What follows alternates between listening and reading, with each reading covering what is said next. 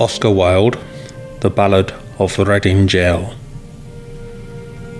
He did not wear his scarlet coat, for blood and wine are red, and blood and wine were on his hands when they found him with the dead, the poor dead woman whom he loved, and murdered in her bed. He walked amongst the trial men in a suit of shady grey. A cricket cap was on his head, and his step seemed light and gay. But I never saw a man who looked so wistfully at the day. I never saw a man who looked with such a wistful eye upon that little tent of blue which prisoners call the sky, and at every drifting cloud that went with sails of silver by. I walked with other souls in pain within another ring, and was wondering if the man had done a great or little thing, when a voice behind me whispered low, "That fellow's got to swing." Dear Christ, the very prison walls suddenly seemed to reel, and the sky above my head became like a casque of scorching steel. And, though I was a soul in pain, my pain I could not feel. I only knew what hunted thought quickened his step, and why he looked upon the garish day with such a wistful eye. The man had killed the thing he loved, and so he had to die. Yet each man kills the thing he loves. By each let this be heard. Some do it with a bitter look, some with a flattering word. The coward does it with a kiss, the brave man with a sword. Some kill their love when they are young, and some when they are old. Some strangle with the hands of lust, some with the hands of gold. The kindest use a knife, because the dead so soon grow cold. Some love too little, some too long. Some sell and others buy. Some do the deed with many tears, and some without a sigh. For each man kills the thing he loves, yet each man does not die. He does not die a death of shame on a day of dark disgrace, nor have a noose about his neck, nor a cloth upon his face, nor drop feet foremost through the floor into an empty space. He does not sit with silent men who watch him night and day, who watch him when he tries to weep and when he tries to pray, who watch him lest himself should rob the prison of its prey. He does not wake at dawn to see dread figures throng his room, the shivering chaplain robed in white, the sheriff stern with gloom, and the governor all in shiny black with the yellow face of doom. He does not rise in piteous haste to put on convict clothes, while some coarse-mouthed doctor gloats and notes each new and nerve-twitch pose, fingering a watch whose little ticks are like horrible hammer blows. He does not know that sickening thirst that sands one's throat before the hangman with his gardener's glove slips through the padded door and binds one with 3 leathern thongs, that the throat may thirst no more. He does not bend his head to hear the burial office read, nor, while the terror of his soul tells him he is not dead, cross his own coffin as he moves into the hideous shed. He does not stare upon the air through a little roof of glass. He does not pray with lips of clay for his agony to pass, nor feel upon his shuddering cheek the kiss of Caiaphas.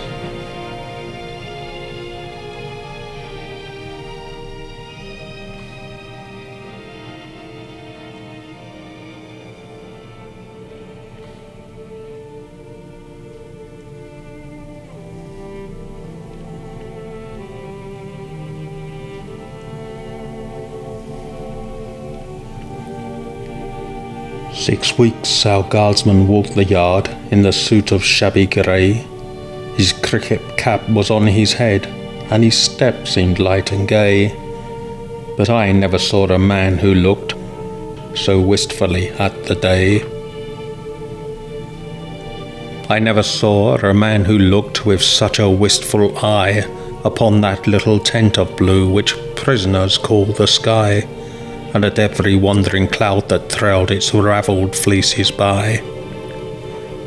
He did not wring his hands, as do those witless men who dare to try to rear the changeling hope in the cave of black despair.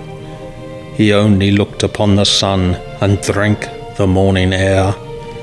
He did not wring his hands nor weep, nor did he peak or pine, but he drank the air as though it held some healthful anodyne. With open mouth he drank the sun as though it had been wine. And I, and all the souls in pain who tramped the other ring, forgot if we ourselves had done a great or little thing, and watched with gaze of dull amaze the man who had to swing. And strange it was to see him pass with a step so light and gay, and strange it was to see him look so wistfully at the day, and strange it was to think that he had such a debt to pay. For oak and elm have pleasant leaves that in the springtime shoot, but grim to see is the gallows tree with its adder-bitten root, and, green or dry, a man must die before it bears its fruit. The loftiest place is that seat of grace for which all worldlings try. But who would stand in hempen band upon a scaffold high, and through a murderer's collar take his last look at the sky? It is sweet to dance to violins when love and life are fair. To dance to flutes, to dance to lutes is delicate and rare. But it is not sweet with nimble feet to dance upon the air.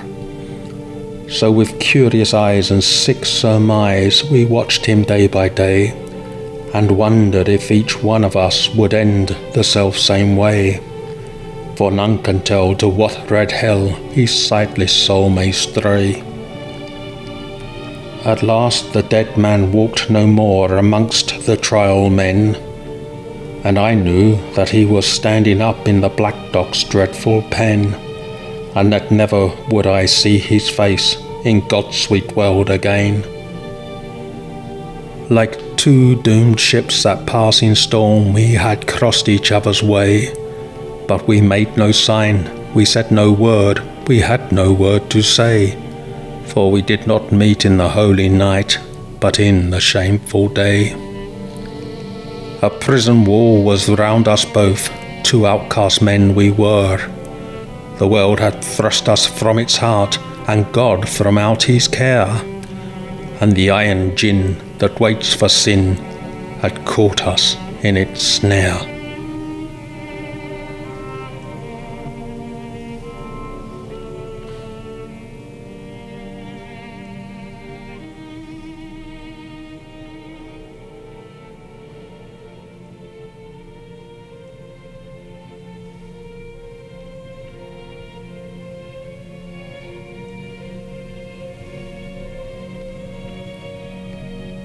In debtor's yard, the stones are hard, and the dripping wall is high. So it was there he took the air beneath the leaden sky, and by each side a warder walked, for fear the man might die. Or else he sat with those who watched his anguish night and day, who watched him when he rose to weep and when he crouched to pray, who watched him lest himself should rob their scaffold of its prey.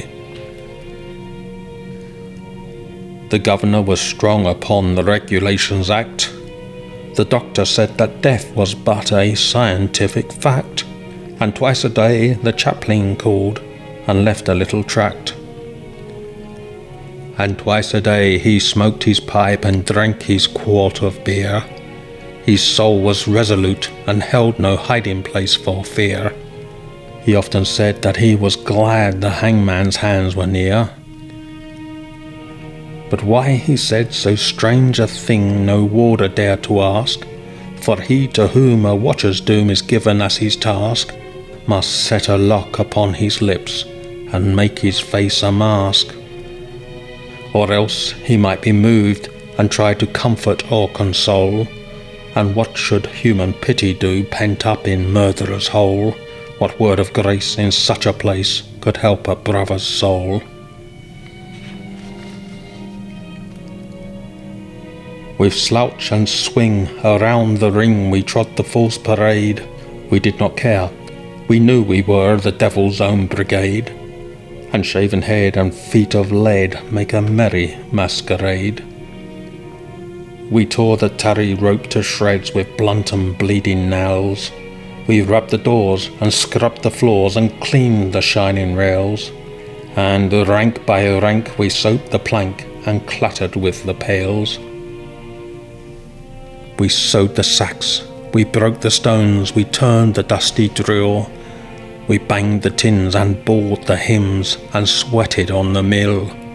But in the heart of every man, terror was lying still. So still it lay that every day crawled like a weed-clogged wave, and we forgot the bitter lot that waits for fool and knave, till once, as we tramped in from work, we passed an open grave.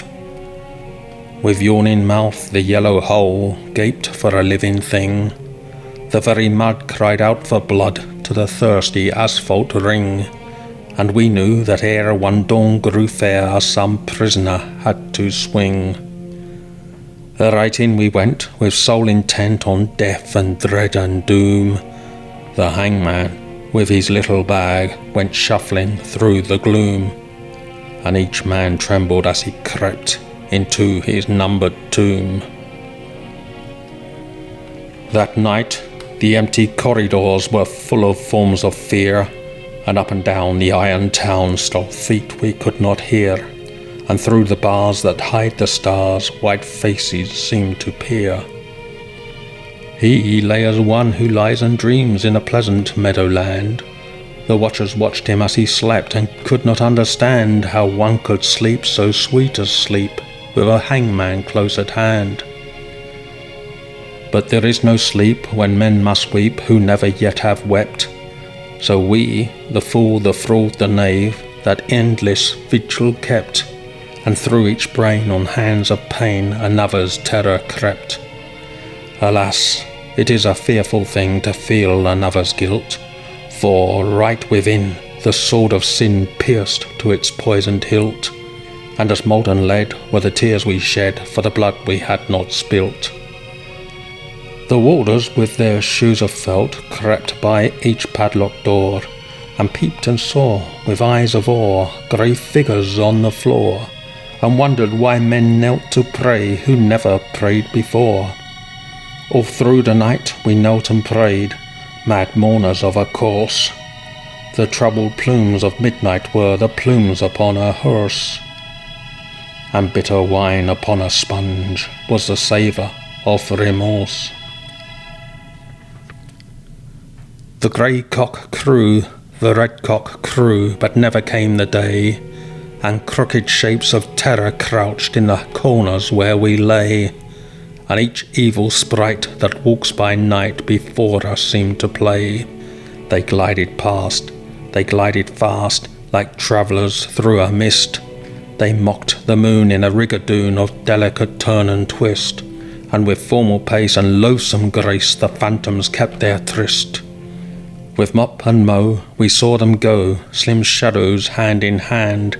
About in a ghostly rout they trod her saraband, and the damned grotesques made arabesques like the wind upon the sand.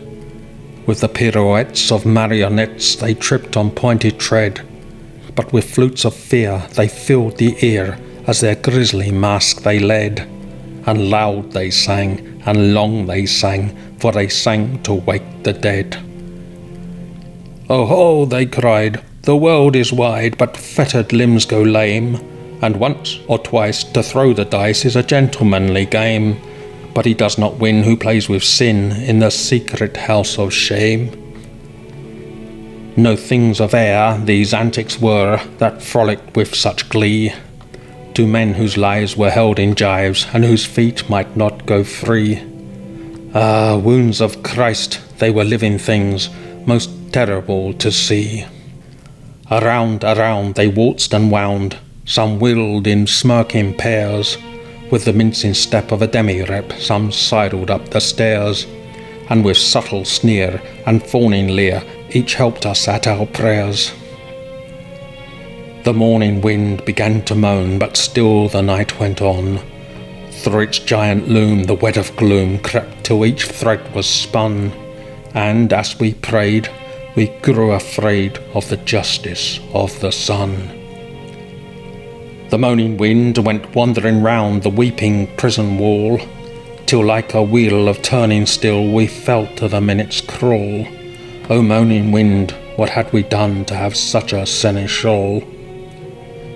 At last I saw the shadowed bars, like a lattice wrought in lead, move right across the whitewashed wall that faced my three-plank bed, and I knew that somewhere in the world God's dreadful dawn was red.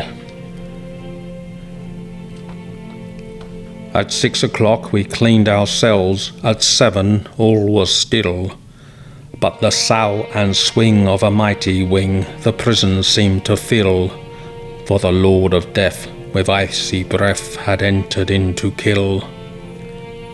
He did not pass in purple pomp, nor ride a moon-white steed. 3 yards of cord and a sliding board are all the gallows need. So with rope of shame the herald came to do the secret deed. We were as men who through a pen of filthy darkness grope. We did not dare to breathe a prayer or to give our anguish scope.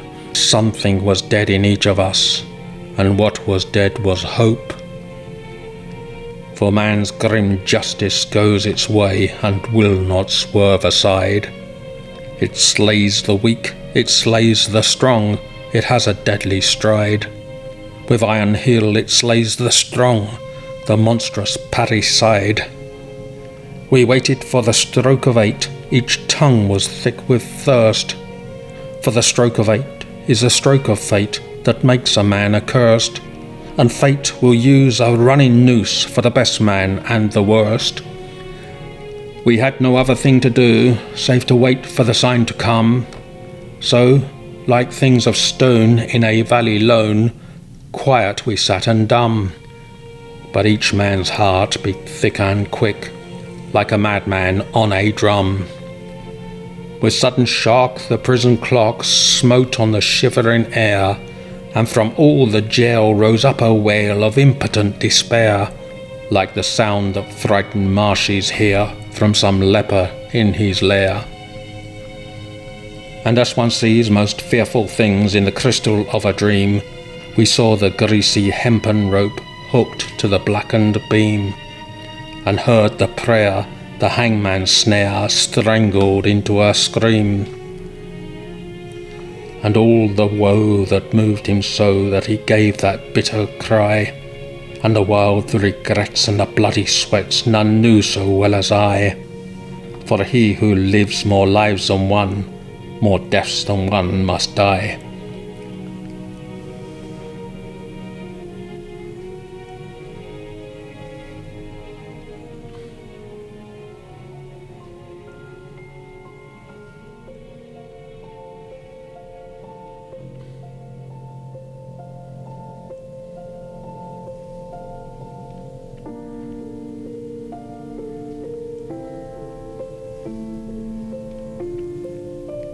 There is no chapel on the day on which they hang a man.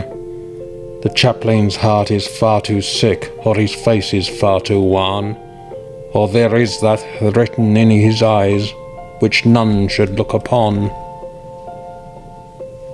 So they kept us close till nigh on noon, and then they rang the bell, and the warders with their jingling keys opened each listening cell. And down the iron stair we tramped, each from his separate hell. Out into God's sweet air we went, but not in wonted way, for this man's face was white with fear, and that man's face was grey, and I never saw sad men who looked so wistfully at the day. I never saw sad men who looked with such a wistful eye upon that little tent of blue we prisoners called the sky, and at every careless cloud that passed in happy freedom by. But there were those amongst us all who walked with downcast head, and knew that had each got his due, they should have died instead. He had but killed a thing that lived, whilst they had killed the dead. For he who sins a second time wakes a dead soul to pain, and draws it from its spotted shroud, and makes it bleed again, and makes it bleed great gouts of blood, and makes it bleed in vain. Like ape or clown, in monstrous garb with crooked arrows starred, silently we went round and round the slippery asphalt yard. Silently we went round and round, and no man spoke a word. Silently we went round and round, and through each hollow mind the memory of dreadful things rushed like a dreadful wind, and horror stalked before each man, and terror crept behind. The warders strutted up and down, and kept their herd of brutes. Their uniforms were spick and span, and they wore their Sunday suits. But we knew the work they had been at by the quicklime on their boots. For where a grave had opened wide, there was no grave at all, only a stretch of mud and sand by the hideous prison wall, and a little heap of burning lime, that the man should have his pall. For he has a pall, this wretched man, such as few men can claim. Deep down below a prison yard, naked for greater shame, he lies with fetters on each foot, wrapped in a sheet of flame. And all the while the burning lime eats flesh and bone away. It eats the brittle bone by night, and the soft flesh by day. It eats the flesh and bone by turns, but it eats the heart alway. For 3 long years they will not sow or root or seedling there. For 3 long years the unblessed spot will sterile be and bare, and look upon the wondering sky with unreproachful stare. They think a murderer's heart would taint each simple seed they sow. It is not true. God's kindly earth is kindlier than men know, and the red rose would but blow more red, the white rose whiter blow. Out of his mouth a red, red rose, out of his heart a white. For who can say by what strange way Christ brings his will to light, since the barren staff the pilgrim bore bloomed in the great Pope's sight? But neither milk-white rose nor red may bloom in prison air.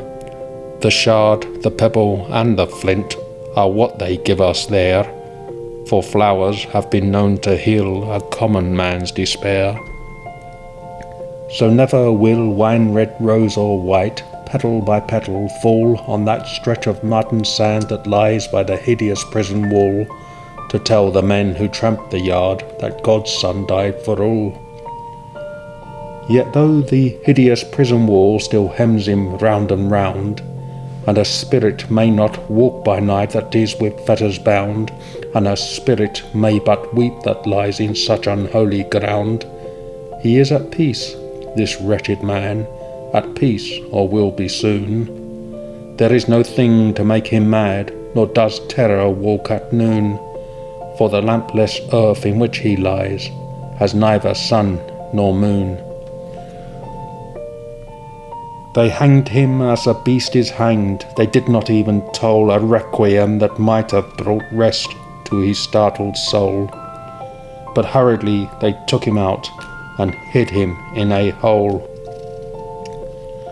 They stripped him of his canvas clothes and gave him to the flies. They mocked the swollen purple throat and the stark and staring eyes. And with laughter loud they heaped the shroud in which their convict lies. The chaplain would not kneel to pray by his dishonoured grave, nor mark it with that blessed cross that Christ for sinners gave, because the man was one of those whom Christ came down to save. Yet all is well, he has but passed to life's appointed bourne, and alien tears will fill for him pity's long broken urn, for his mourners will be outcast men, and outcasts always mourn.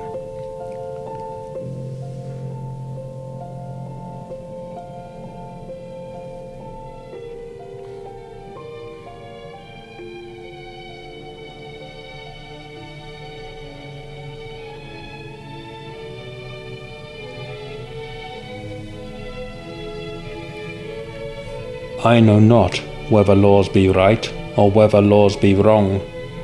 All that we know who lie in gaol is that the wall is strong, and that each day is like a year whose days are long.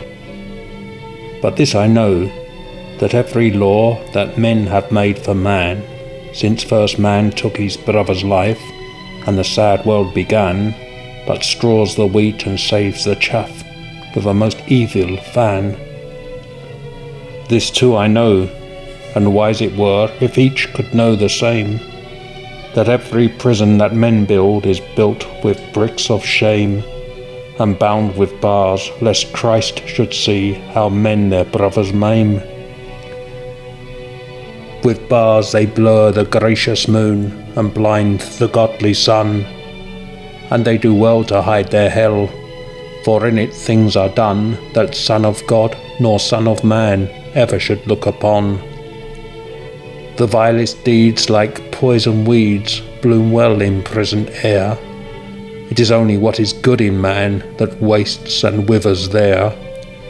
Pale anguish keeps the heavy gate, and the warder is despair. For they starve the little frightened child till it weeps both night and day, and they scourge the weak and flog the fool and jibe the old and grey, and some grow mad and all grow bad, and none a word may say. Each narrow cell in which we dwell is a foul and dark latrine, and the fetid breath of living death chokes up each grated screen, and all but lust is turned to dust in humanity's machine. The brackish water that we drink creeps with a loathsome slime, and the bitter bread they weigh in scales is full of chalk and lime, and sleep will not lie down, but walks wild-eyed and cries to time. But though lean hunger and green thirst like asp we've had a fight, we have little care of prison fare, for what chills and kills outright is that every stone one lifts by day becomes one's heart by night. With midnight always in one's heart and twilight in one's cell, we turn the crank or tear the rope, each in his separate hell, and the silence is more awful far than the sound of a brazen bell. And never a human voice comes near to speak a gentle word, and the eye that watches through the door is pitiless and hard, and by all forgot we rot and rot with soul and body marred. And thus we rust life's iron chain, degraded and alone, and some men curse, and some men weep, and some men make no moan. But God's eternal laws are kind, and break the heart of stone. And every human heart that breaks in prison cell or yard is as that broken box that gave its treasure to the Lord, and filled the unclean leper's house with the scent of costliest nard. Ah, happy those whose hearts can break and peace of pardon win. How else may man make straight his plan and cleanse his soul from sin? how else but through a broken heart may Lord Christ enter in? And he of the swollen purple throat and the stark and staring eyes waits for the holy hands that took the thief to paradise. And a broken and a contrite heart the Lord will not despise. The man in red who reads the law gave him 3 weeks of life, 3 little weeks in which to heal his soul of his soul strife, and cleanse from every blot of blood the hand that held the knife. And with tears of blood he cleansed the hand that held the steel, for only blood can wipe out blood, and only tears can heal. And the crimson stain that was of Cain became Christ's snow white seal.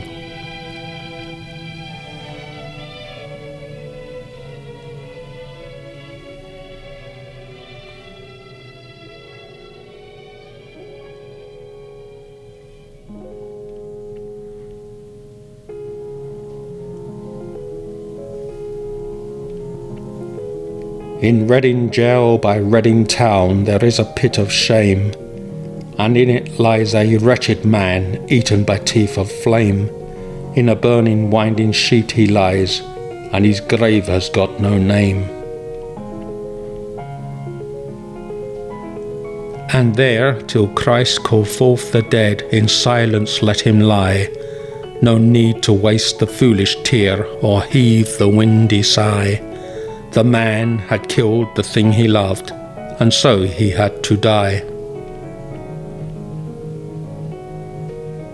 And all men kill the thing they love, by all let this be heard.